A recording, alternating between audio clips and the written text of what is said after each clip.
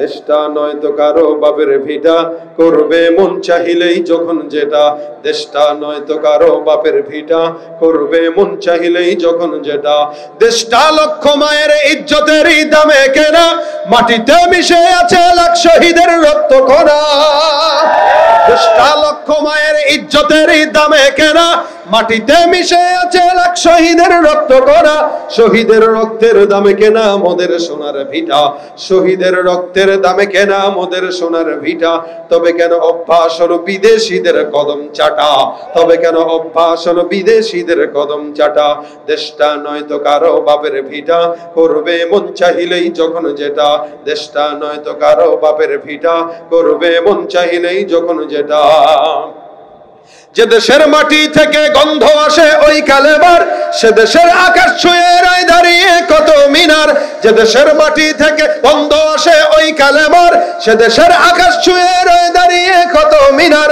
আজানের সুরে সুরে জীবন যাদের বেড়ে ওঠা, আজানের সুরে সুরে জীবন যাদের বেড়ে ওঠা, সে দেশে আজকে কেন নাস্তিকতার ঘন ঘটা। দেশটা নয়তো কারো বাপের ভিটা, করবে মন চাহিলেই যখন যেটা। দেশটা নয়তো কারো বাপের ভিটা, করবে মন চাহিলেই যখন যেটা।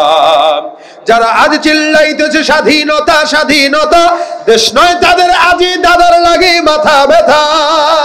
যারা আজ চিল্লাইতেছে স্বাধীনতা স্বাধীনতা, দেশ নয় তাদের আজই দাদার লাগে মাথা ব্যথা। আসলে মোদের হলো বদনসিবার কপাল ফাটা, তাই দেই বারে বারে ওদের হাতেই ক্ষমতাটা। নারে তাকবীর! আওয়াজ দিয়েই বাংলাদেশ নতুন করে স্বাধীনতা অর্জন করেছে, এই আওয়াজ দিয়েই সন্ত্রাস দমন করেছে। এখান থেকে আমাদের শিক্ষা গ্রহণ করা উচিত। সামনেও যদি কেউ সন্ত্রাসী কোনো কার্যক্রম করতে দুঃসাহস দেখায়, সামনে যদি কেউ দেশের অর্থ সম্পদ পাচার করে ওপারে পাঠানোর চক্রান্ত করে, বাংলার জনগণ আওয়াজ দেওয়া শিখে গিয়েছে। আবার যদি নতুন করে আওয়াজ দেওয়া শুরু হয়ে যায়, কোন চোর দুর্নীতিবাজ দ্বিতীয়বার বাংলাদেশে ইনশাআল্লাহ আগমন করতে পারবে না। এই আওয়াজ আমাদের শেষ পর্যন্ত থাকবে, কথা বলে না থাকবে। আমরা ভয় পাই কাকে? জবান খুলে কাকে? যার সারা জিন্দেগি যতদিন আল্লাহ পাক হায়াত রাখেন ততদিন পর্যন্ত যদি গোলামি করতে হয়, কার গোলামি চলবে? নারে তাকবীর! আল্লাহ পাক আজকের মজমাকে কবুল করুক, জোরে বলেন আমিন। এই শেষ পর্যন্ত মুনাজাত পর্যন্ত আজকের এই মজমায় স্বতঃস্ফূর্ত আওয়াজ চাই। কারা কারা পারবেন দু হাত তুলে দেখায় দেন। আল্লাহু আকবার! আরো জোরে আল্লাহু আকবার! লড়াইয়ের ওই ময়দানেতে যেতে তোমাকে হবে, প্রয়োজনে সব রক্তটুকু জমিনেই ঢেলে দেবে। লড়াইয়ের ওই ময়দানেতে যেতে তোমাকে হবে, প্রয়োজনে সব রক্তটুকু জমিনেই ঢেলে দেবে। তবুও তোমায় লড়তেই হবে, মানিবে না পরাজয়। তবুও তোমায় লড়তেই হবে, মানিবে না পরাজয়। বিপ্লব মানে জীবন দেয়া বসে থাকা নয়, সে কোনো দিন আসবে না রে করো যদি ভয়। কথা বলেন ঠিক কিনা? আসবে বিজয় রক্ত আর জীবনের বিনিময়, আসবে বিজয় রক্ত আর জীবনের বিনিময়। বিপ্লব মানে জীবন দেয়া বসে থাকা নয়, সে কোনো দিন আসবে না রে করো যদি ভয়। বিপ্লব মানে জীবন দেয়া বসে থাকা নয়, সে কোনো দিন আসবে না রে করো যদি ভয়। শাসনের নামে কেউ বা পিছছে মেহনতি জনতারে, ইমানের উপর আঘাত ওরা হারিছে বারে বারে। শাসনের নামে কেউ বা পিছছে মেহনতি জনতারে, ইমানের উপর আঘাত ওরা হারিছে বারে বারে। প্রতারণার ওই ফাঁদে পড়ে মোরা জীবন করেছি ক্ষয়, প্রতারণার ওই ফাঁদে পড়ে মোরা জীবন করেছি ক্ষয়। বিপ্লব মানে জীবন দেয়া বসে থাকা নয়, সে কোনো দিন আসবে না রে করো যদি ভয়। বিপ্লব মানে জীবন দেয়া বসে থাকা নয়, সে কোনো দিন আসবে না রে করো যদি ভয়। ঠিক কিনা? আমাদের বাংলার দামাল ছেলেরা ভয় দূর করে যখন রাজপথে নামতে বাধ্য হয়েছে, আল্লাহ পাক তাদের গলায় বিজয়ের মালাই দান করে দিয়েছে। কথা ঠিক কিনা বলেন? এই বদরের যুদ্ধে মুসলমান মনে রাখবেন, 313 জন ভয়কে জয় করে যুদ্ধের ময়দানে দাঁড়িয়ে গিয়েছে। 1000-এর মোকাবেলায় আল্লাহ তাদের গলায় বিজয়ের মালা দান করে দিয়েছে। ভবিষ্যতে যত ইসলাম বিদ্বেষী কার্যক্রম হবে ইনশাআল্লাহ বাংলার দামাল ছেলেরা যদি ভয়কে দূর করে রাজপথে দাঁড়িয়ে যায়, বাংলাদেশে কোন নাস্তিক বেঈমান মুরতাদদের দ্বিতীয়বার কোন উঠে দাঁড়ানোর সাহস করার কথা না। ঠিক কিনা যারা বলেন? আল্লাহ পাক আমাদের ঈমানি জজবা দান করুক, ঈমানি পাওয়ার দান করুক, বলেন আমিন। এখনো সম্ভব আগামীর বাংলাদেশকে নতুন করে ইসলামের ছাঁচে এদেশকে গঠন করা। যতদিন পর্যন্ত ইসলাম কোরআন সুন্নাহর অনুকূলে এদেশ পরিচালনা না হবে ততদিন পর্যন্ত শান্তি আশা করা বোকামি ছাড়া কিছু নয়। আমরা দেখেছি, আমরা 53 বছর দেখেছি, আমরা বারবার ক্ষমতার পালাবদল দেখেছি।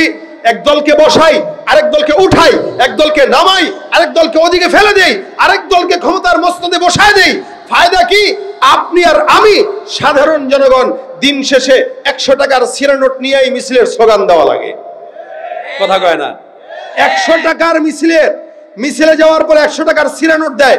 কেউ কেউ তো শুধুমাত্র 1 কাপ চা দিয়েই সন্তুষ্ট করতে চায়। দিন শেষে আঙুল ফুলে কলা গাছ হয় নেতারা, আর জনগণ সারা জিন্দগি ভ্যান আর রিক্সা চালায় খায়।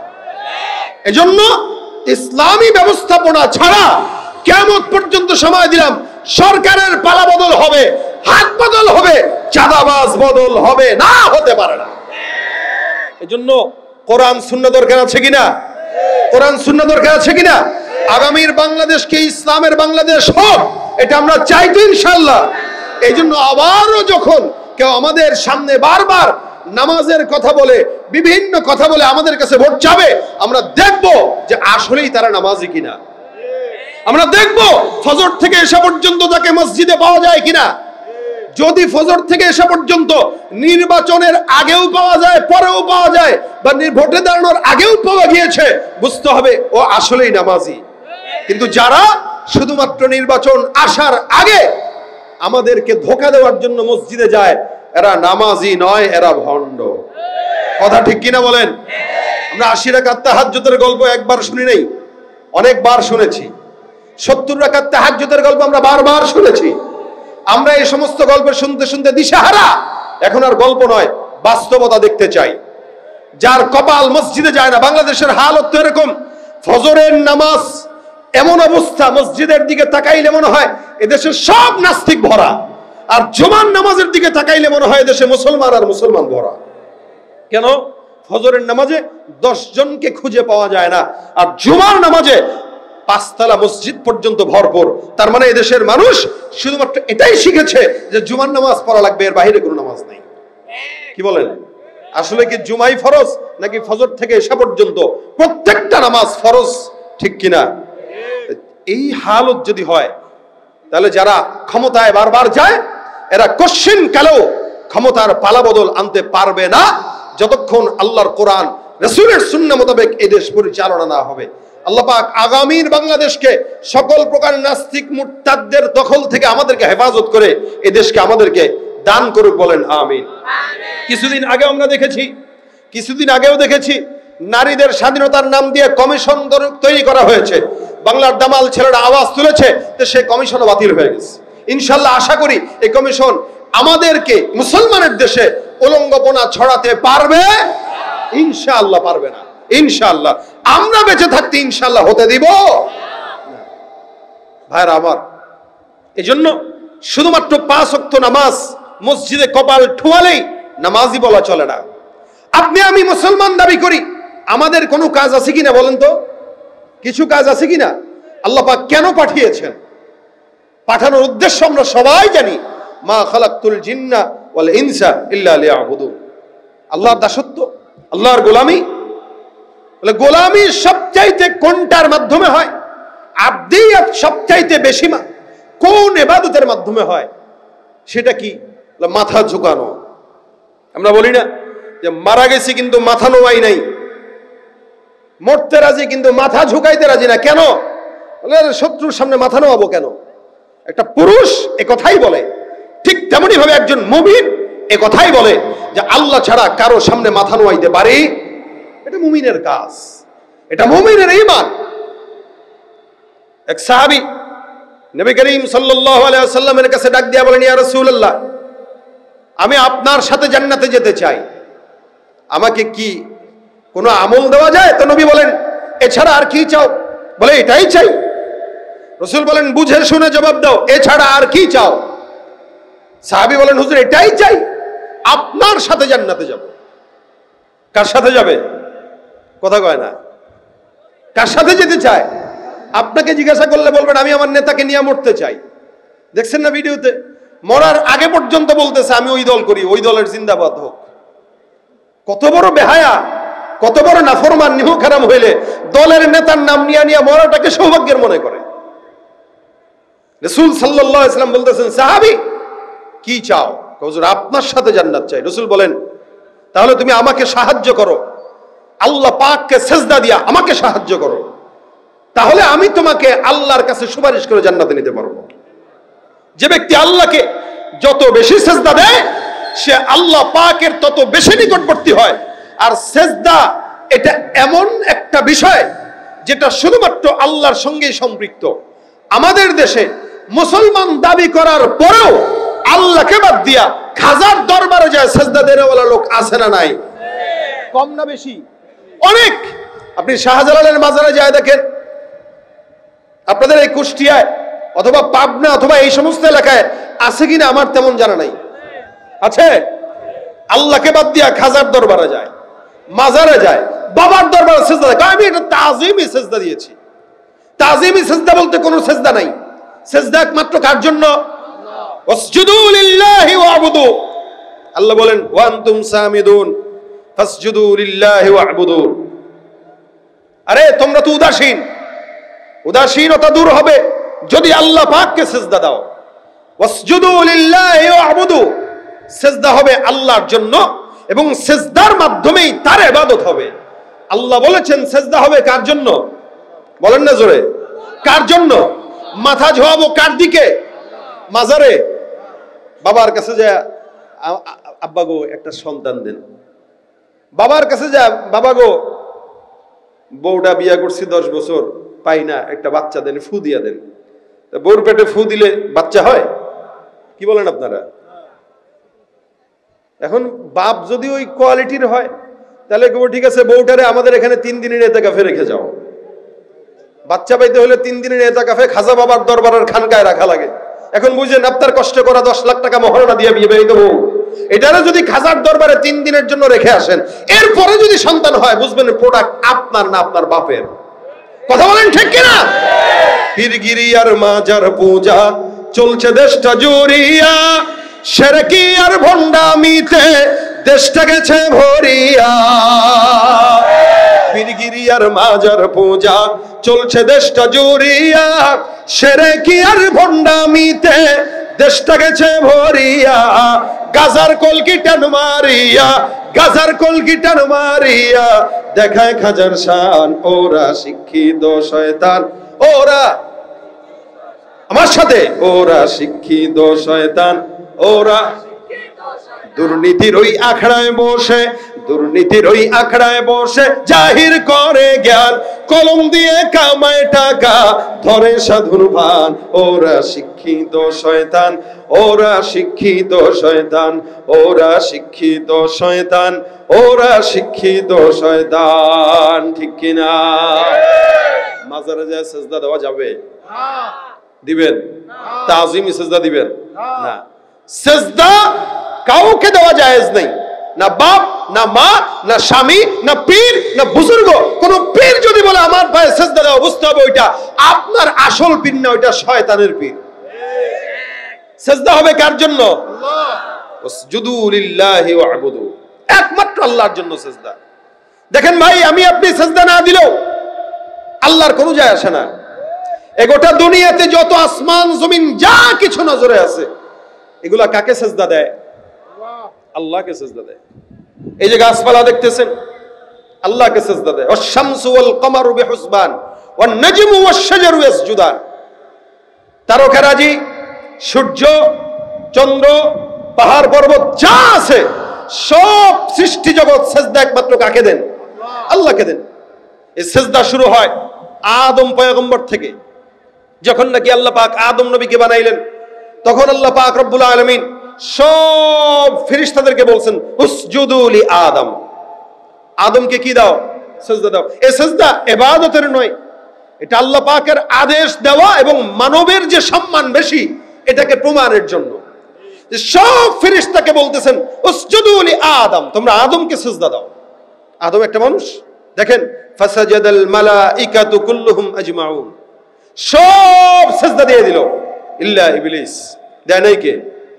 দেয় নাই কে? ওই যে পীরের পায়ে সিজদা দেওয়া যে শয়তান হেঁটে দেয় নাই, সবাই দিল, ইবলিস দেয় নাই। কেন? আল্লাহ বলছেন ক্বালা মা মানাআকা আল্লা তাসজুদা ইযা আমারতুক, শয়তান কয় ক্বালা আনা খায়রুম মিন খলাকতানি মিন নারিন ওয়া খলাকতাহু মিন তিন। আমার আল্লাহ পাক ডাক দেয়া কয় শয়তান কে তোরে নিষেধ করলো? শয়তান তোমাকে আমি আল্লাহ সিজদা দিতে বললাম, সিজদা দাও নাই, কেন দাও নাই? শয়তান ডাক দেয়া কয় যুক্তিতে মিলে না। কিসে মিলে না? যুক্তিতে মিলে না। কেমনে যুক্তিতে মিলবে? আমি হইলাম আগুনের তৈরি, সে হইল মাটির তৈরি। আগুন উপরের দিকে যায়, মাটি নিচের দিকে যাবে। আমার মতো একজন আগুনের তৈরি সৃষ্টি মাখলুক, মাটি দ্বারা যার মাধ্যমে তৈরি হয়েছে, ওই মাটির তৈরি মানুষকে সিজদা দেওয়া আমার জন্য শোভা পায় না। আল্লাহ পাক বলেন যেহেতু শয়তান সিজদা দেয় নাই, অস্বীকার করলো, যার কারণে কিয়ামত পর্যন্ত তাকে লাঞ্ছিত অপমানিত শয়তান বানায় দিলাম। আল্লাহর আদেশ অমান্য করার কারণে কিয়ামত পর্যন্ত শয়তান। এখন শয়তানকে কিয়ামত পর্যন্ত যে শয়তান বানাইছে তার একটা রাগ আসেনি? এই দেখেন যেগুলা নাফরমান, এরা বাবার সঙ্গে নাফরমানিও করে, আবার বাবা মায়ের দিলে বাবার বিরুদ্ধে চক্রান্তও করে। শয়তান এবার ডাক দেয়া, আল্লাহ আমার যেহেতু শয়তান বানায় দিছো, লাঞ্ছিত বানায় দিলা, আমাকে একটা অর্ডার দিয়া দাও, আমি যেটা বলবো ওটা তুমি শুনবা কিনা? আল্লাহ পাক বলে বল তোর কি আশা? শয়তান বলে ক্বালা ফাবিইজ্জাতিকা লাউগফিয়ান্নাহুম আজমাইন, আপনার যত বান্দা আছে কিয়ামত পর্যন্ত সব বান্দাদেরকে আমি আল্লাহ পাক রব্বুল আলামিনের কুদরতি কদম বাদ দিয়া বাবার কদমে সিজদা দেওয়ার জন্য অনুপ্রাণিত করব। এই সুযোগটা মরণ পর্যন্ত, কিয়ামত পর্যন্ত আপনি আমাকে দান করে দেন। আল্লাহ পাক বলেন সব সুযোগ আমি আল্লাহ পাক রব্বুল আলামিন তোকে দান করলাম। এই জন্য আমার আল্লাহ ডাক দিয়া বলেন সুম্মা লাআতিয়ান্নাহুম মিন বাইনি আইদিহিম ওয়া মিন খালফিহিম ওয়া আন আইমানিহিম ওয়া আন শামাইলিহিম। শয়তান এমন একটা চিজ, আল্লাহ পাক রব্বুল আলামিন তাকে এমন একটা পাওয়ার দান করলেন যার কারণে শয়তান বান্দার ডান দিক থেকে, বাম দিক থেকে, পিছন দিক থেকে, সামনের দিক থেকে, চতুর্দিক থেকে বান্দাকে আল্লাহর ইবাদত থেকে দূরে সরানোর জন্য কিয়ামত পর্যন্ত চক্রান্ত করবে। যেই বান্দা দুর্বল ঈমানদার, ওই বান্দা শয়তানের জালে পড়ে আল্লাহকে নয় খাজার দরবারে, লালনের দরবারে সিজদায় পড়ে থাকবে। আর যে শয়তানকে মানবে না তো সে মসজিদে চলে যাবে। ভাইরা আমার, আল্লাহ পাক রব্বুল আলামিন ডাক দিয়া বলেন আলিল্লাহি ইয়াসজুদু মা ফিস সামাওয়াতি ওয়া মা ফিল আরদ মিন দাব্বাতিন ওয়াল মালাইকাতু ওয়া হুম লা ইস্তাকবিরুন। আসমানের দিকে তাকাও, জমিনের দিকে তাকাও, পাহাড়ের দিকে তাকাও, সমুদ্রের দিকে তাকাও, গোটা আসমানের জমিনের মধ্যে যা কিছু আছে আল্লাহ পাক রব্বুল আলামিন বলেন ওয়ালিল্লাহি ইয়াসজুদু মা ফিস সামাওয়াতি ওয়া মা ফিল আরদ। আসমানের জমিনের মধ্যে যা কিছু দেখা যায় এই সব কিছু আমি আল্লাহ পাক রব্বুল আলামিনকে সিজদা দেয়। সুবহানাল্লাহ, জোরে বলেন সুবহানাল্লাহ। আসমানে যা আছে, জমিনে যা আছে, জমিনে কি কি আছে? জমিনে খাল বিল আছে, নদী নালা আছে, এই জমিনের ভিতরে মানুষ বসবাস করে, পাহাড় পর্বত আছে, গাছপালা আছে, যা কিছু আছে। আসমানে কি আছে? আকাশ আছে, তারকারাজি আছে, সূর্য আছে, চন্দ্র আছে, এই সব কিছু আল্লাহ পাক রব্বুল আলামিন বলেন এরা কোনো প্রকার অহংকার ছাড়াই আমি আল্লাহর কদমে সিজদা দেয়। ওয়ালিল্লাহি ইয়াসজুদু মা ফিস সামাওয়াত, আসমানে যা আছে এরাও সিজদা দেয়।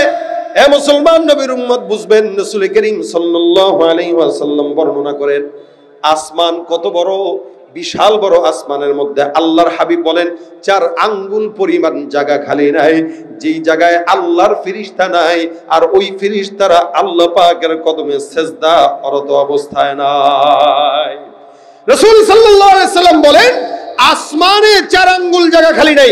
এখন আসেন আসমানটা কত বড় আপনার আমার কাছে মনে হবে যতটুকু দেখি মনে হয় এতটুকুই, বলে না না। বিদায় নিহায়ার ভিতরে উল্লেখ আছে আসমান এখান থেকে জমিন থেকে প্রথম আসমান পর্যন্ত আল্লাহর রাসূল বলেন 500 বছরের দূরত্বের রাস্তা। সুবহানাল্লাহ, আরো জোরে বলেন সুবহানাল্লাহ। এখান থেকে প্রথম আসমান পর্যন্ত কয়শো বছর? 500 বছর যাবার পর প্রথম আসমানের যে পৌরত্ব আছে মোটা, ছাদের একটা মোটা আছে, একটা ছাদ কয় ফুট কতটুকু ঢালাই হয়? 6 ইঞ্চি 5.5 ইঞ্চি। বলে ওই আসমানের যে ঢালাইটা আল্লাহ দিয়েছেন রাসূল বলেন এই ঢালাইটাও আবার 500 বছরের রাস্তার দূরত্ব।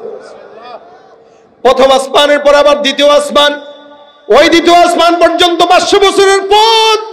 দ্বিতীয় আসমান আবার যখন মোটা হয় ওটা 500 বছরের রাস্তা। দ্বিতীয় আসমান থেকে তৃতীয় আসমান পর্যন্ত আবার 500 বছরের পথ।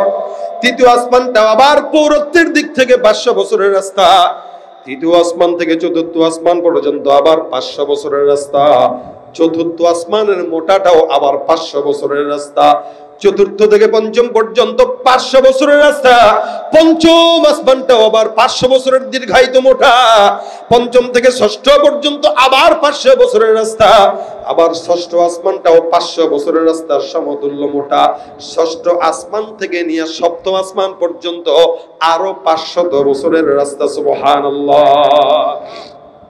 ওখানে আবার সীমান্তের বড়ই গাছের কথা হাদিসে উল্লেখ আছে, তারপর আবার একটা বকরির কথা উল্লেখ আছে, এরপর আল্লাহ পাকের আরশ, তারপরে কুরসি, তারপর আমার মালিকের স্থান। আল্লাহ নবী সাল্লাল্লাহু আলাইহি সাল্লাম বলেন একজন আল্লাহর ফেরেশতা আল্লাহ পাকের কুরসিটা যেটা বহন করে রাখলো, এই সমস্ত ফেরেশতার সংখ্যা 4 জন অথবা 8 জন। নবী করিম সাল্লাল্লাহু আলাইহি ওয়াসাল্লাম বলেন আল্লাহর আরশ আর কুরসিটাকে যেই সকল ফেরেশতারা বহন করে রাখলো, একটা ফেরেশতার বর্ণনা আমি তোমাদেরকে দেই তোমরা বুঝবা। ওই ফেরেশতার কানের লতি থেকে নিয়ে কাঁধ পর্যন্ত 500 বছরের রাস্তার দীর্ঘ লম্বা। বিশাল বড় এই জমিন আসমান, বান্দাদেরকে আল্লাহ পাক জমিনের মালিকানা দিয়েছে, কিন্তু আসমানের মালিকানা কাউরে আল্লাহ দেয় নাই। এই জন্য আসমানের তারকা কেউ বলতে পারে না ওই তারকাটা আমার, কে এটা বলতে পারে না ওই সূর্যটা আমার, চন্দ্রটা আমার। এ মুসলমান নবীর উম্মতের দল, আল্লাহ পাক রব্বুল আলামিন গোটা আসমানের মালিকানা আল্লাহ পাকের কাছে নিয়ে নিলেন, জমিনটাকে বান্দার কাছে দিয়ে দিলেন। আল্লাহ বলেন আসমান আর জমিনের মধ্যে যা কিছু আছে নজরে পড়ে, এই সব মাখলুকাত কেবলমাত্র অহংকার ছাড়া, ভেজাল ছাড়া, রিয়া ছাড়া 24টা ঘন্টা আমি আল্লাহর কুদরতি কদমে সিজদা দিয়া থাকে। সুবহানাল্লাহ, জোরে বলেন সুবহানাল্লাহ। কার জন্য দেয়? কার জন্য দেয়? এ মুসলমান, সিজদা এমন একটা ইবাদত, নবী করিম হাদিস শরীফে ডাক দিয়া কয় আকরাবু মা ইয়াকুনুল আবদু মির রাব্বিহি ওয়া হুয়া সাজিদুন ফাআকথিরুদ দুআ। আল্লাহর হাবিব সাল্লাল্লাহু আলাইহি ওয়াসাল্লাম বলেন সিজদা এমন একটা ইবাদত, যে ইবাদতটা বান্দা যত বেশি করবে আল্লাহর সঙ্গে বান্দার সম্পর্ক তত গভীর হয়ে যাবে। সুবহানাল্লাহ। ভাইরা আমার, আমরা তো এখন সিজদা দেই, মসজিদে যাই, শুধুমাত্র নামাজ পড়লেই সিজদা হয় বলে না, নামাজের বাইরেও সিজদা আছে। কোরআন তেলাওয়াত করলেন, কোরআনের ভিতরে সিজদার আয়াত চলে আসলো। আল্লাহ রাসূল সাল্লাল্লাহু আলাইহি ওয়াসাল্লাম বলেন কেউ যদি সিজদার আয়াত তেলাওয়াত করে আর সিজদায় পড়ে যায়, শয়তান পিছন দিকে ফিরে পালায় আর ডাক দিয়া কয় আল্লাহ, এই বান্দাদেরকে তুমি মাটি দিয়া বানানোর পরেও তারা সিজদা দিয়া তোমার কাছে দামি হয়ে গেছে, আর আমি এই সিজদা না দেওয়ার কারণে কিয়ামত পর্যন্ত মানুষের মুখের গালির শিকার হয়েছি। যার কারণে দেখবেন যে যত বেশি শয়তান তারে মানুষ শয়তান বলেই গালি দেয়, ঠিক কিনা? এর শয়তান একটা মানুষ, তারা বলতেছে কি শয়তান। কেন? ওর মানুষের সুরত হইতে পারে, কিন্তু ওর যা কাজ সব শয়তানকেও হার মানায়, ঠিক কিনা জোরে কোন? বর্তমান সময় আমাদের দেশের মানুষরা হালুটটা এরকম, এরা শয়তানকেও হার মানায় দিচ্ছে। শয়তানও দেখলে কয় আল্লাহ, আমি কি শয়তানও আমার চেয়ে বড় না। ভাইরা আমার, সিজদার মাধ্যমে আল্লাহ বান্দার সমস্ত মনের আশা পূরণ করে দেয়। হাদিস শরীফে পয়গম্বর ঘটনা বর্ণনা করে। হাদিস শরীফে ঘটনা আছে, রাসূলের একজন সাহাবী নাম আবু মুআল্লাক, আনসারী সাহাবী। খুব মনোযোগের সঙ্গে শুনবেন, এই ঘটনার থেকে আমাদের শিক্ষা আছে। আবু মুআল্লাক ব্যবসায়ী মানুষ ছিলেন, ব্যবসার জন্য বিভিন্ন জায়গায় দৌড়াদৌড়ি করতেন, সফর করতেন। উনি একদিন একাকী ব্যবসার জন্য বের হইলেন, উটের উপরে সওয়ার হয়ে, উটের উপরে মাল। এখানে যারা ব্যবসা করেন মাল ঢাকার থেকে আনে না, অনেকে আছে ঢাকায় কখনো একা যায়, কখনো বন্ধু বান্ধবদেরকে নিয়ে যায়। আবু মুআল্লাক উনি একাকী সফরটা করছেন। আরবের সফরের হালত ছিল এরকম, ঘোষণা করা হতো অমুক এলাকায় অমুক তারিখে একটা কাফেলা যাবে সিরিয়ার উদ্দেশ্যে, কেউ যদি আসো নাম লেখাও। তো নাম লেখানো হতো 100-150 জন, বাস একসঙ্গে রওনা হইতো। তা আবু মুআল্লাকের এই সফরটা সম্পূর্ণ একাকী ছিল, একাকী। উনি রওনা হয়ে গেছেন, ওনার সঙ্গে কেউ নাই, 2-1 সফর সঙ্গী। উটের উপরে বিশাল বড় মাল, বিশাল বড় মরুভূমির মাঝখানে যায়। যখন নাকি মরুভূমির মাঝখানে দুপুরবেলা তাঁবু টাঙাইলো বিশ্রামের জন্য, নিজে কিছু নামাজ কালাম পড়ে পানি টানি খাবার দাবার খেয়ে একটু বিশ্রাম নিল। বিশ্রাম নিতে নিতে হঠাৎ করে তাকায় দেখে চতুর্দিক থেকে ওনাকে ডাকাত সর্দার ঘেরাও করে ফেলছেন। বুঝেন যাচ্ছে কোথায়? ব্যবসায়িক সফরে। প্রতিমধ্যে মরুভূমির মাঝখানে তাঁবু গাড়লেন, আর এই তাঁবুটার চতুর্দিক থেকে ডাকাত সর্দার ঘেরাও করছে। ডাকাত যদি রাত্রেবেলা চলাচলের সময় আল্লাহ না করুক ধরে, তাহলে সুন্নত তরিকা আছে। মনে করেন একটা চাকুনি আপনারা ধরছে, এই দে, আপনি এই বেটা তুই ছিল সামনে বেটা, আমি অমুক দলের। দল বললাম কারণ এখন আর লীগ নাই, এখন সব দল হয়ে গেছে, তো এই কারণে দলটা বললাম। সুতরাং ওইটা করলে আরো মায়ের বেশি খাইবেন। এই জন্য ডাকাত ধরলে কোনো দলের পরিচয় দিয়েন না, নেতার পরিচয় দিয়েন না, কারণ ডাকাত ওই মুহূর্তে নেতা আর দল রে গনায় ধরে কম। কথা বলবেন তো পেটে ছুরি ঢুকা লাজেম হয়ে যাবে। ডাকাত ধরলে সুন্নত তরিকা হইল আবু মুআল্লাকের হাদিস থেকে শুনেন। ডাকাত ধরবে, ভাই সারেন্ডার হয়ে গেলাম, ভাই যা আছে নিয়ে যে দয়া করে আমার আঘাত দিস না। তখন ডাকাত চিন্তা করবে না, এই লোক নিরাপদ, ভাই নে দে এবার ভাগ। এরকম করে আবু মুআল্লাক কেউ ধরছেন। আবু মুআল্লাক কয়, ভাই যা আছে নিয়ে নাও, আল্লাহর রাস্তায় গায়ের মধ্যে হাত দিও না। কি বলছেন? গায়ে হাত দিও না, যা আছে নিয়ে যাও। ওই যে উটের উপরে বোঝাই যত সম্পদ আছে দিয়ে দিলাম, ভাই বিবি আছে বাচ্চা আছে, দয়া করে মানিস না, আমার বাঁচার দরকার। আবু মুআল্লাক বলে, ভাই আমার দয়া করে বাঁচাও, কিন্তু ডাকাতটা হলো শেষরা, কিছু সন্ত্রাসী আছে, মারে নেয়ও। এই ডাকাতটা এই কোয়ালিটির করে আনে না। আমি এমন ডাকাত, তুমি আমার নাম শোনো নাই, আমি যাকে ধরি তাকে মারি, সম্পদ নেই, বাঁচার কোনো উপায় নাই। আবু মুআল্লাক কয়, ভাই সন্তান আমার ছোট, দয়া করে আমাকে বাঁচাও, আমার জন্য একটু মায়া করো, আমার একটু সুযোগ দাও, যা আছে তুমি নিয়ে নাও। ডাকাতটা কয়, না, ধরা যেহেতু খেয়ে গেছো, ধরা খাইছো, মরবা নিশ্চিত, বেশি কথা বলা দরকার নেই, শেষ কোনটা ইচ্ছা একটু বল, শেষ ইচ্ছা কোনটা এটা বলো। আবু মুআল্লাক ডাক দিয়া বলে, শেষ ইচ্ছা কোনটা? শেষ ইচ্ছাটা বর্ণনা করতে যায় বলতেছেন, আমার শেষ ইচ্ছা হলো 2 রাকাত নামাজ পড়তে দাও, আল্লাহর কাছে আমি সর্বশেষ সেজদাটা দিয়া মাওলার একটু প্রিয় হয়ে নেই। ডাকাত ডাক দিয়া বলে, আরে বেটা তোর মতো কত বুজুর্গ দেখলাম শেষ সেজদা দিয়া পার পায় নাই। মনে রাখবেন সব সেজদা সমান নয়, কিছু সেজদা আছে আল্লাহর দরবারে বেশি প্রিয় হয়ে যায়, আর কিছু সেজদা আল্লাহর দরবারে গ্রহণ হয় না, ঠিক কিনা? আবু মুআল্লাক রাদিয়াল্লাহু তাআলা ডাক দিয়া বলে, আমার 2 রাকাত নামাজ পড়ার সুযোগ দাও, আমি আমার মাওলার দরবারে সেজদা দিব। আল্লাহর দরবারে সেজদা দেওয়ার জন্য আবু মুআল্লাক দাঁড়ায় গেল, ওযু করলো, নামাজ দাঁড়াইলো। এবার ডাকাত সর্দার ডাক দিয়া কয়, তাড়াতাড়ি নামাজটা শেষ কর। পিছন থেকে খোঁচায়, এ বেটা তাড়াতাড়ি নামাজ শেষ কর। আবু মুআল্লাক বলে, সেজদার ভিতরে যখন গেলেন, খুব বুঝেন সেজদায় গেছে, সেজদার ভিতরে যে এবার দোয়া করে। আবু মুআল্লাকের হৃদয়ের মধ্যে ভয়। এই সময় উনি চিন্তা করতেছে, আল্লাহ, আমি যেই মুহূর্তে যেই জায়গাটা আছি, এই জায়গাটা তুমি মালিক ছাড়া আমার কেউ নাই।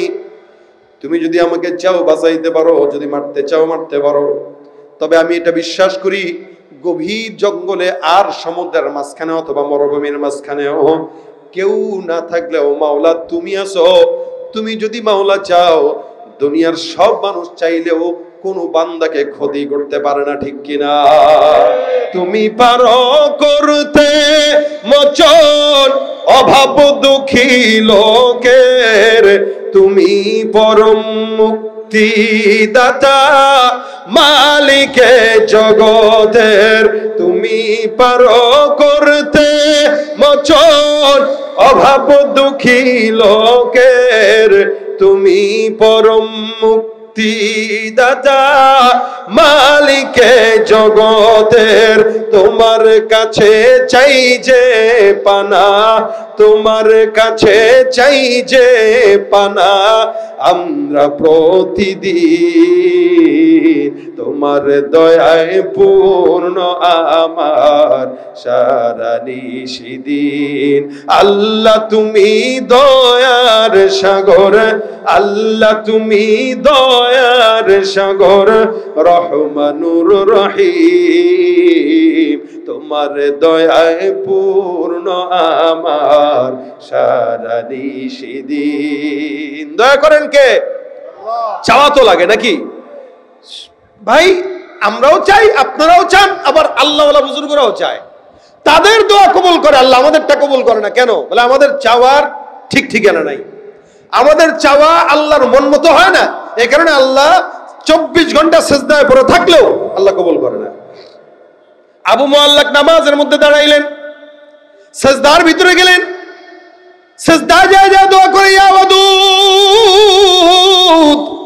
ইয়া ওয়াদুদ ইয়া ওয়াদুদ ইয়া যাল আরশিল মাজিদ ইয়া ফাআলাল লিমা তুরিদ আসআলুকা বিইজ্জিকাল্লাযী লা ইউরাম ওয়া মুলকিকাল্লাযী লা ইউদাম ওয়া বিনূরিকাল্লাযী মালাআ আরকানা আরশিক আন তাকফিনি শাররা হাযাল লাস ইয়া মুগীসু আগিসনি ইয়া মুগীসু আগিসনি ইয়া মুগীসু আগিসনি। বারবার নামাজের সিজদার ভিতরে এই দোয়া করে। আবু মুআল্লাক বর্ণনা করেন, আমি যখন সিজদার ভিতরে যাই এই দোয়া করতেছি, আল্লাহর কসম আমি সিজদার হালতে আমি নজরে দিলাম, টের পাইলাম কোন এক জায়গা থেকে দূর থেকে একটা কেউ যেন ঘোড়ায় সওয়ার হয়ে সামনের দিকে আগায় আসতেছে। আরে আজীব, আমি নামাজে দোয়া করতেছি, মরুভূমি বিশাল, সিজদায় দোয়া করতে দেরি, কিন্তু আমি দেখলাম দূর থেকে ঘোড়সওয়ারের আওয়াজ আসতেছে। হঠাৎ করে বুঝলাম এই ঘোড়সওয়ারটা আমার পানের পাশে এসে দাঁড়ায় গেছে। আমি তো এরকম কাউরে দেখলাম না, ডাকলাম না। নামাজের ভিতরে সিজদার ভিতরে দোয়া করলাম, ইয়া ওয়াদুদ ইয়া যাল আরশিল মাজিদ ইয়া মুগীসু আগিসনি। আমি টের পাইলাম নামাজের মধ্যে কেউ যেন আমার পাশে এসে দাঁড়ায় গেল। চিন্তা করলাম কে হতে পারে, কেন মনে হয় ডাকাত আবার জোর হইছে। হঠাৎ করে আমি, কে আমাকে ডাকলো, এ যুবক মাথাটা উঠাও, নামাজ শেষ করো। আমি নামাজটা শেষ করলাম। নামাজের পর আল্লাহর কসম আমি তাকায় দেখলাম আমার সামনে ওই ডাকাত সর্দারের মাথাটা অর্ধেক আলাদা হয়ে জমিনের সামনে পড়ে আছে। আজীব অবস্থা, ডাকাতের মাথা কর্তন করা, জমিনে পড়া, সামনে সফেদ পোশাকে একজন আল্লাহর বান্দা দাঁড়ানো। আমার কয়, ভাই টেনশন গেছেনি? আমি জিজ্ঞাসা করলাম, ভাই তুমি কে? লোকটা আমার ডাক দিয়া বলে, তুমি আমাকে চিনবা না, আমি হলাম চতুর্থ আসমান থেকে নাজিলকৃত একজন ফেরেশতা, আমি জমিনের কোন বান্দা নয়, আমি চতুর্থ আসমানে সিজদারত অবস্থায় ছিলাম। হঠাৎ করে ঝনঝনানির আওয়াজ আমার কানে আসলো। কেউ মনে হয় জমিন থেকে বারবার পরে ইয়া মুগীসু আগিসনি, এটা আমার কানে দূর থেকে হাওয়া যেরকম ভেসে আসে এইভাবে আমার কানের মধ্যে ভেসে আসতেছে। হঠাৎ করে আমি চতুর্থ আসমান থেকে তৃতীয় আসমানে নামলাম। তৃতীয় আসমানে আওয়াজটা আর একটু স্পষ্ট হইল। দ্বিতীয়টায় নামলাম, প্রথমটায় নামলাম। হঠাৎ করে আমার মাওলা আমাকে ডাক দিয়া বলতেছে, ফেরেশতার দলেরা, জমিনে আমার একজন বান্দা বিপদের সম্মুখীন, তোমরা কে আসো? ওই বান্দাকে আমি আল্লাহর তরফ থেকে যে সাহায্য করে আসো। আমি আমার মাওলার ডাক দিয়া বললাম, মালিক, ওই বান্দাটার জন্য আপনি আমাকে নির্ধারিত করেন, আমি ওই বান্দার জন্য সাহায্যকারী হিসেবে যেতে চাই।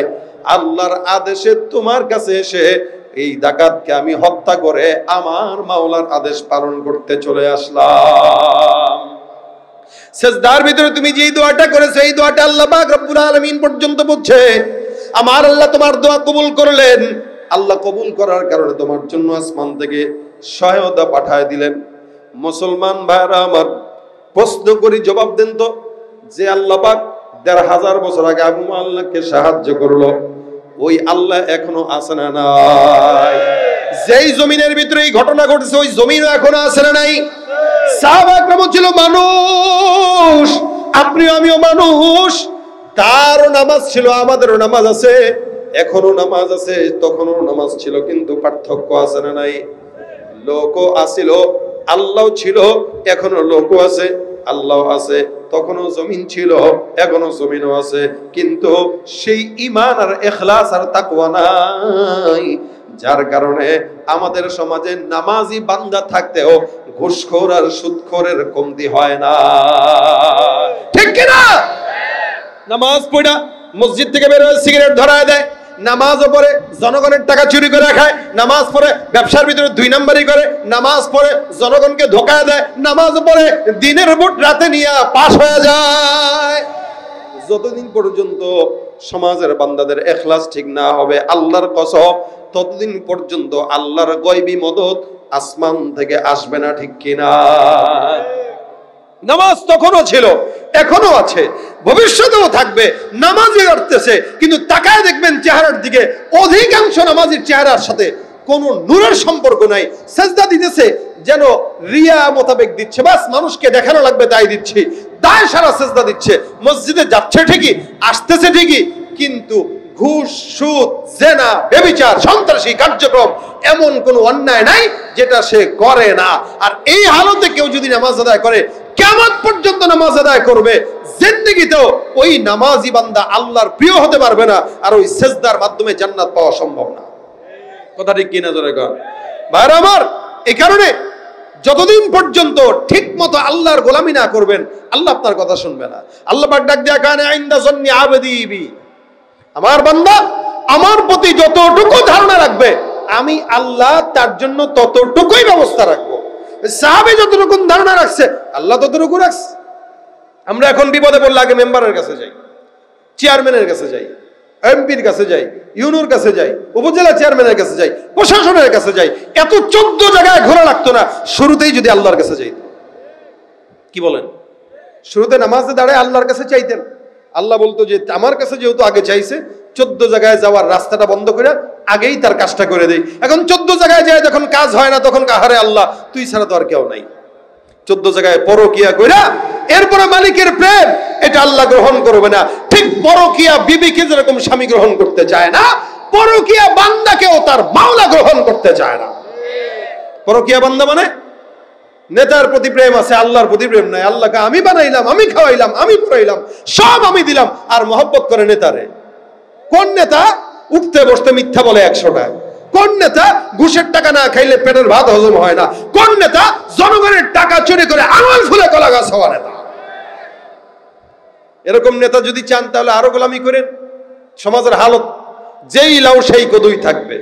এ কারণে আমাদের মহব্বত নেতাদের প্রতি থাকবে, পীরের প্রতি থাকবে, আলেমদের প্রতি থাকবে, বাবা মায়ের প্রতি থাকবে। তবে আল হুব্বু ফিল্লাহ ওয়াল বুগদু ফিল্লাহ, মহব্বতটা ততক্ষণ যতক্ষণ নেতা আল্লাহর পক্ষে আছে ততক্ষণ। নেতা যদি আল্লাহ আর ইসলাম থেকে দূরে সরে যায়, ওই নেতাকে 1 সেকেন্ডের জন্য মানবো না, মানতে পারি না। কথা ঠিক কিনা? কারণ এরা যে আগেও যেমন ছিল, এখনো এমনই আছে, ভবিষ্যতে এমনই থাকবে। ওই মাঝখান দিয়া জনগণ হিসেবে আপনি তার গোলামি করে আপনার কোনো ফায়দা নেই। টিনের চালে আপনি থাকবেন, আপনার টিনের চালে জুটবে, এর চেয়ে বেশি কিছু জুটবে। এ কারণে গোলামি যদি করতে হয়, কার হবে বলেন না? কার হবে? যাদের হাতে যায় ক্ষমতা, দেশ যেন বাপের ভিটা, রাখতে চেয়ার শুরু করে বিদেশিদের পাচাটা। যাদের হাতে যায় ক্ষমতা, দেশ যেন বাপের ভিটা, রাখতে চেয়ার শুরু করে বিদেশিদের পাচাটা। নিজেদের কথা মতো চালায় ওরা নিজের দেশ, দেখতে দেখতে গোল্লায় গেল আমার সোনার বাংলাদেশ। একে একে শেষ করেছি সবার দেখা হইল শেষ, দেখতে দেখতে গোল্লায় গেল আমার সোনার বাংলাদেশ, দেখতে দেখতে গোল্লায় গেল আমার সোনার বাংলাদেশ। কেউ দিল না সবাই নিল, আমরা যে কলুর বলদ, সারা বছর নেয় না খবর, নির্বাচনে খুব দরদ। কেউ দিল না সবাই নিল, আমরা যে কলুর বলদ, সারা বছর নেয় না খবর, নির্বাচনে খুব দরদ। নির্বাচনের আগে নেতা ধরে কত রকম বেশ, নির্বাচনের আগে নেতা ধরে কত রকম বেশ, দেখতে দেখতে গোল্লায় গেল, জোরে দেখতে দেখতে গোল্লায় গেল। একে একে শেষ করেছি সবার দেখা হইল শেষ, দেখতে দেখতে গোল্লায় গেল আমার সোনার বাংলাদেশ, দেখতে দেখতে গোল্লায় গেল আমার সোনার বাংলাদেশ।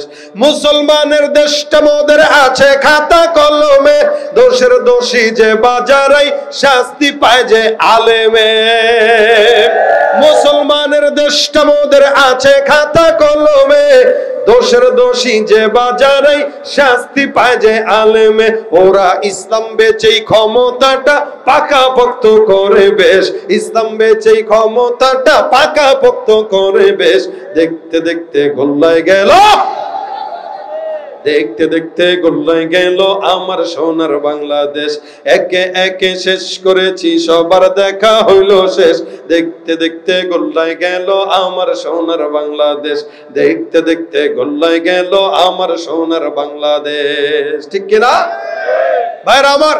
এই জন্য আল্লাহর কাছে চাওয়াটা মন মতো চাওয়া দরকার। নবী ডাক দিয়া কয়, এই দেখেন আমরা যে রাসূলের উম্মত আছি, আমরা কম না বেশি? সবচেয়ে বেশি আখেরি নবীর উম্মত। বলে উম্মতের সংখ্যা কত কাতার হবে? কিয়ামতের ময়দানে আখেরি নবীর উম্মতের সংখ্যা হবে 120টা কাতার। কত কাতার? 120। এই ছাত্র ভাইরা বসুন, সবাই বসে যান, যারা দাঁড়ানো আছেন বসুন। কিয়ামতের ময়দানে কাতার হবে 120। কয়টা বলেন? 120 কাতারের ভিতরে আল্লাহর নবী সাল্লাল্লাহু আলাইহি ওয়াসাল্লামের উম্মত কতটুকু হবে আর অন্য উম্মত কতটুকু হবে? বলে মোটামুটি সমস্ত যারা আছে উম্মত, এগুলো সবগুলা মিলে হবে 40টা কাতার। আর বাকি যত উম্মত আছে বাকি সব হবে রাসূলের উম্মতের সংখ্যা। মানে আদম থেকে ঈসা পর্যন্ত 40 কাতার, বাকি 80 কাতার হবে রাসূল সাল্লাল্লাহু আলাইহি ওয়াসাল্লামের উম্মত। এখন চিনবে কিভাবে? সব তো মানুষ এক, চেহারা তো সব মোটামুটি কাছাকাছি, চিনবে কিভাবে? রাসূলকে প্রশ্ন করা হয়েছে, নবী বলেন কিয়ামতের ময়দানে উম্মতদেরকে চিনার সবচেয়ে বড় মাধ্যম হবে ওদের কপালের সেজদার দাগ। আমি নবী এক একটার কপালের সেজদার দাগ দেখব, আর ওই সেজদার দাগগুলা উজ্জ্বল হয়ে আলোকিত হতে থাকবে, আমি ধরে ধরে ধরে ধরে জান্নাতে নিয়ে যাব। তার মানে যারা সেজদা দিবে ওদের কপাল হবে নূরে নূরান্বিত। নবী দেখবেন এর কপাল নূর, ওর কপাল নূর, এর কপাল নূর, যাও জান্নাতে চলে যাও। আল্লাহ বলেন সীমাহুম ফি বুজুহিহিম মিন আসারিস সুজুদ, এদের চেহারায় সেজদার দাগ থাকে। আর রাসূল বলেন অন্য অঙ্গ প্রত্যঙ্গতে ওযুর একটা নূর থাকবে তাদের। দেখেন কেউ যদি সেজদা দেওয়ার জন্য ওযু করে, ওযু সেজদা এমন দামি জিনিস, কেউ সেজদা দেওয়ার জন্য যদি ওযু করে, রাসূল বলেন ওযু করলে বান্দার এই বান্দা যখন হাত ধোয়, এই হাতের কবজি থেকে যত গুনাহ আছে ওযুর পানির মাধ্যমে বান্দার হাতের গুনাহ আল্লাহ ঝরায় দেন। বান্দা যখন কুলি করে, মুখ দিয়ে যে গালিগালাজ করছে, ফাহেসা কথাবার্তা বলছে, তো ফাহেসা কথাবার্তা বলার যে গুনাহ আছে কুলির পানির মাধ্যমে মুখের সব গুনাহ ঝরায় দিবেন। যখন বান্দা হাত ধৌত করবে তো হাত দিয়ে যদি কোনো গুনাহ করে তো এই গুনাহ আল্লাহ পাক ঝরায় দিবেন। যখন পাও ধুবে তো পাওয়ের গুনাহ ঝরায় দিবেন। হ্যাঁ, হযরত ইমাম আযম আবু হানিফা রাহমাতুল্লাহ আলাইহি এক বান্দার এরকম ওযুর পানির সাথে গুনাহ ঝরে যেতে উনি নিজের চোখে দেখেছেন। এটা আমাদের আকাবিরদের চোখ ছিল, অন্তর চক্ষু খোলা ছিল, ওনারা দেখতেন, আমরা দেখতে পাই না। এটা আমাদের দুর্বলতা, ঈমানের কারণে। এইজন্য ভাইরা আমার, ওযুর মাধ্যমে আল্লাহ পাক বান্দার ওযুর সব অঙ্গ প্রত্যঙ্গের মাধ্যমে বান্দার গুনাহ দূর করে দিবেন। এরপরে যখন সিজদায় যাবে রাসূল বলেন আকরাবু মা ইয়াকুনুল আবদু মির রাব্বিহি ওয়া হুয়া সাজিদ।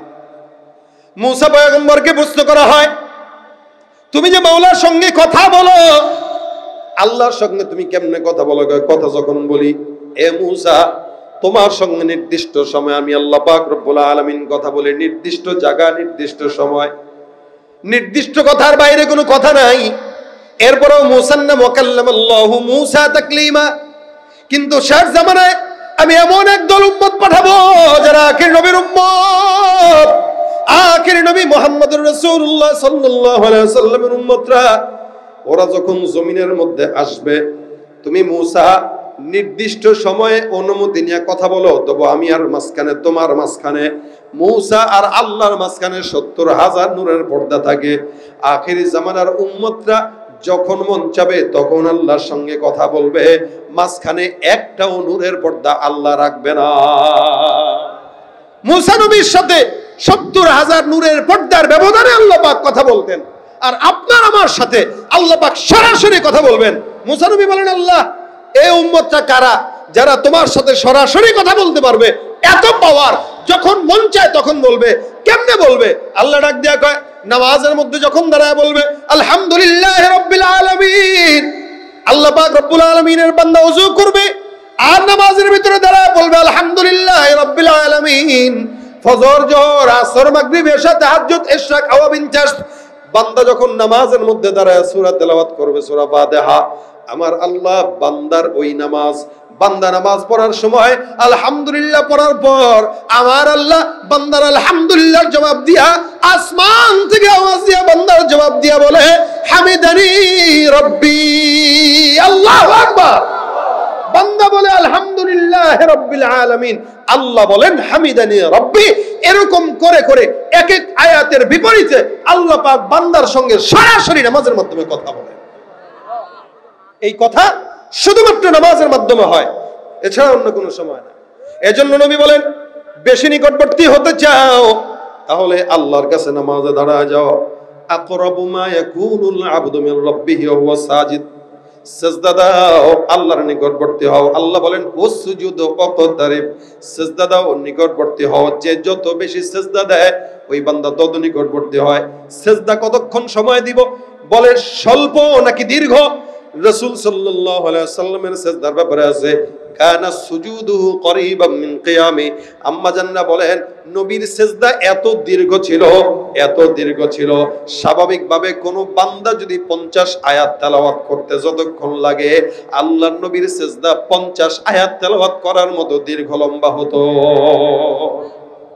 সুবহানাল্লাহ। দেখেন, রাসূলের সিজদা ছিল ৫০ ওয়াক্ত তেলাওয়াত, ৫০ আয়াত তেলাওয়াত করলে যতটুকু সময় লাগে, নবীর স্বাভাবিক সিজদা কখনো কখনো এরকম ৫০ আয়াত সমান তেলাওয়াত সিজদা হইতো। কখনো তো অন্য আম্মা জান্নাহ বলতেন যে রাসূলের সাথে আমরা একদিন নামাজে পিছনে দাঁড়াইছি, তো সিজদায় দিতে দিতে দিতে দিতে কিরে সিজদা দীর্ঘ করতে করতে রাসূল উঠে না, আমরা ভয় পেয়ে গেছি।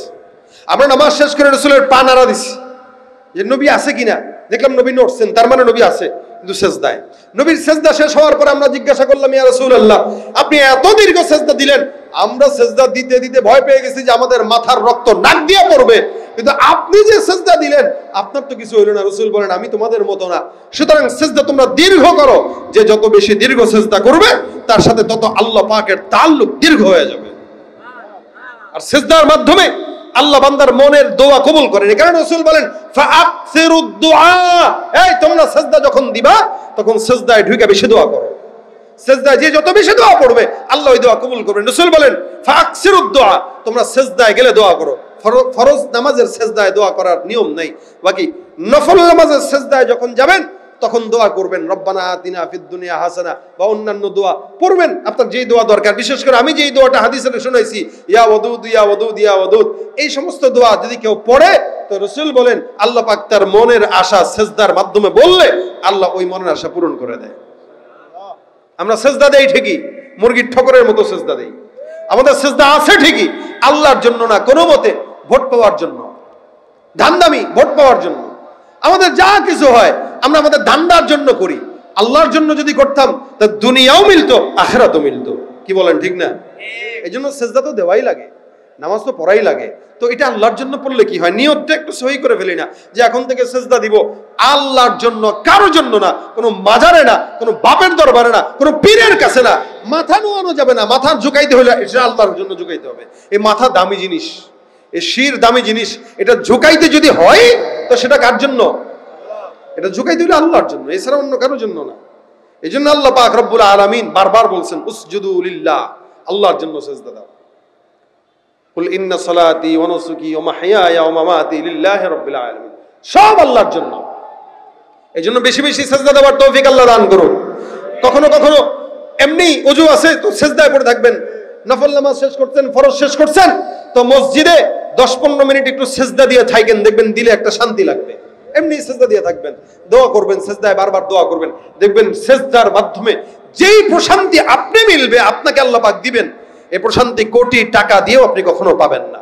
রাত্রে তাহাজ্জুদের নামাজের সময় যদি উঠেন, একটু সেজদা দীর্ঘ করেন, আধা ঘন্টা হোক, 15 মিনিট হোক, সেজদায় পড়ে থাকেন, সেজদায় পড়ে পড়ে দোয়া করবেন। সন্তানের জন্য দোয়া, বেশি বেশি সন্তানের জন্য দোয়া করা দরকার। কেন? জামানা, ফিতনার জামানা চলে আসছে। সন্তানরা যেন আমাদের নাজাতের কারণ হয়, আমাদের বেইজ্জতির কারণ যেন না হয়। সন্তানরা যেন, সন্তানের মাধ্যমে যেন মা বাবার মুখ উজ্জ্বল হয়, এই দোয়া বেশি বেশি করবেন। ইনশাআল্লাহ আল্লাহ সেজদার মাধ্যমে বলা দোয়াগুলো আল্লাহ কবুল করবেন। এই জন্য ওই লালনের কাছে যায় অথবা বাবার কাছে, শাহজালালের মাজারে, বিভিন্ন জায়গায় যে সেজদা না দিয়া মসজিদে যে আল্লাহর জন্য সেজদা দিব, যেই জরুরত থাকুক, যেই হাজত থাকুক, সেজদা দিয়া মালিকরা হাজত করবেন। আল্লাহ পাকের হাবিব বলেছেন, আল্লাহ বলেছেন দোয়া কবুল করবেন। কোনো সন্দেহ আছে? কথা বলে না, কোনো সন্দেহ আছে? আল্লাহ আল্লাহ রাসূলের কথা মিথ্যা? সন্দেহ হয় আপনাদের? এই জন্য যা বলবো আল্লাহর কাছে বলবো, সেজদায় পড়ে বলবো ইনশাআল্লাহ। আল্লাহ আমাদের সকলকে বেশি বেশি সেজদা দেওয়ার তৌফিক দান করুন। জোরে বলেন আমিন। আমাদের নামাজ পড়ার তৌফিক দান, আল্লাহর কাছেই চাওয়ার তৌফিক দান করুন, বলেন আমিন। এই জন্য আপনাদের এই এলাকার যুবকরা যারা আছে, রাজনীতির সাথে জড়িত, অনেকে আছে, অধিকাংশ মানুষই রাজনীতি করে, এই রাজনীতির সাথে যারা জড়িত আছেন, ভাই আল্লাহর হস্তে নেতারে আল্লাহর উপরে নিয়েন না। ততটুকুই মানবেন যতটুকু নেতা ইসলামের ভিতরে থাকবে। যদি দেখেন নেতা চুরি করতেছে, জনগণের টাকা চুরি করে খাচ্ছে, সুন্দর করে নামটা লিস্টে ক্রস চিহ্ন দিয়ে বের হয়ে যায়, আরেক নেতা ধরবেন যে নেতা ইসলাম ফলো করে।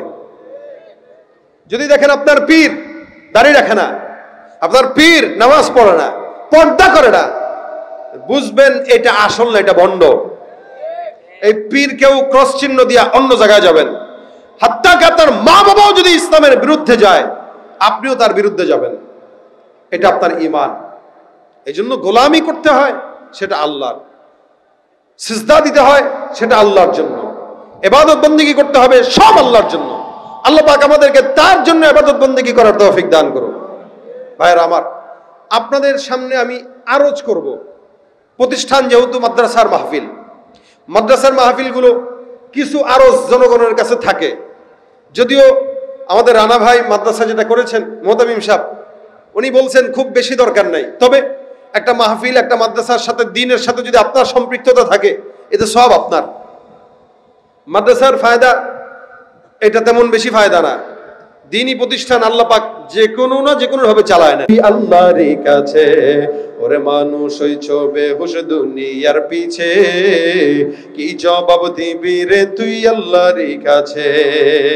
আরেক ভাই 500 দিয়েছেন। আর কে আছেন মাদ্রাসার জন্য? 5000 কে? ইয়ানুস সরকার 5000। আল্লাহু আকবার। আল্লাহ কবুল করুক, বলেন আমিন। নগদ দিয়ে দিবেন? মাশাআল্লাহ। আর কে আছেন? আর কে আছেন?